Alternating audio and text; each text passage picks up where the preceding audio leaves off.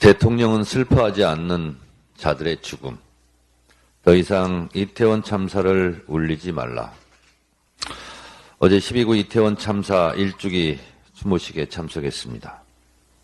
아들이 심폐소생 장면과 싸늘한 죽음이 된 영상을 본 심정을 절규하며 울부짖는 어머니의 통곡을 들었습니다. 세월호 유가족의 치유되지 않은 슬픔의 연대사도 치떨리며 들었습니다. 얼마나 살고 싶었을까? 얼마나 무섭고 두려웠을까? 트라우마로 스스로 목숨을 끊은 세월호 고 김관홍 잠수사는 아이들이 서로 부둥켜 안고 있어서 손을 풀기도 떼어내기도 어려웠다고 했습니다.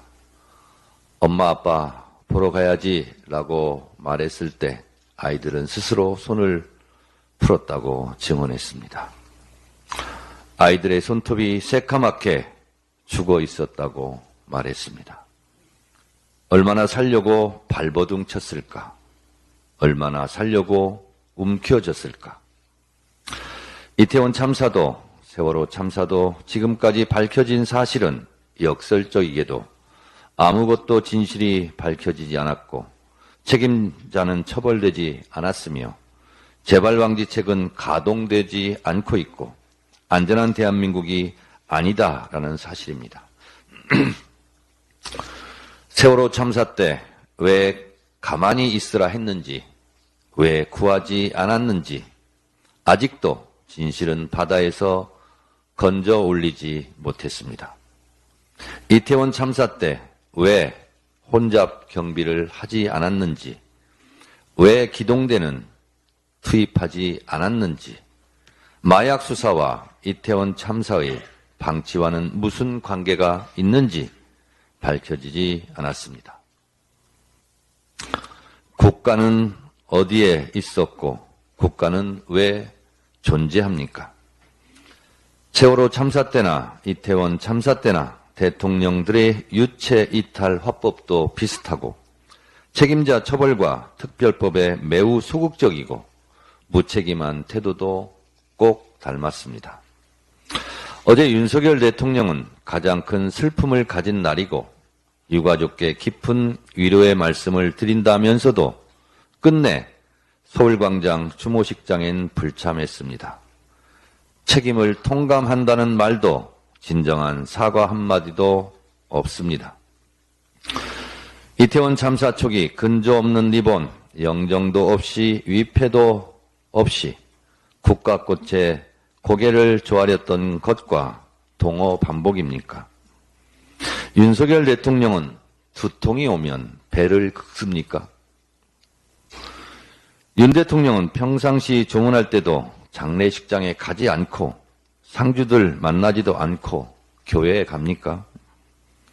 교회에 가니 신용은 한 것 같고 유가족 위로가 아닌 본인만 위로받고 온 것 아닙니까? 내일 국회에 오신다는데 전향적인 태도, 언행을 기대합니다. 말뿐인 슬픔, 말뿐인 위로를 하려거든 차라리 아무 말도 하지 말고 침묵하십시오. 더 이상 이태원 참사를 울리지 마십시오. 국민의힘 인요한 혁신위가 광주에 갑니다. 또 때가 되었습니까? 뭐하러 광주에 갑니까?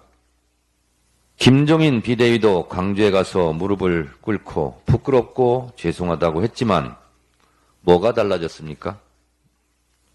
윤석열 후보는 전두환이 군사 쿠데타와 5.18만 빼면 정치는 잘했다고 전두환을 옹호하고 칭송하고 문제가 되자 개사과를 하고 국민의힘은 끊임없이 광주 5.18을 폄훼하기를 반복했습니다. 이제 지겹습니다. 5.18은 선거 때만 되면 찾아가는 꿀단지가 아닙니다. 더 이상 광주를 우롱하고 조롱하지 마십시오. 무릎 꿇고 고개 조아린다고 당신들의 몸속에 흐르는 박정희, 전두환의 피가 사라집니까? 이태원 참사가 말로만 위로로 치유되지 않듯 광주 5.18 때 학살된 시민들의 원혼이 당신들의 립서비스로 치유되지 않습니다. 개인적으로 어줍잖은 사면 반어로 반발하는 이준석과 홍준표의 심정도 한번 헤아려 보시기 바랍니다. 용서는 가해자의 몫이 아닌 피해자의 몫입니다. 용서는 말이 아닌 행동입니다. 용서는 병 주고 약 주는 것으로 풀리지 않습니다. 광주도 세월호도 이태원도 진상규명, 책임자 처벌, 재발 방지, 진정한 사과가 전제되어야 진정한 화해와 용서가 있다는 점 명심하시기 바랍니다.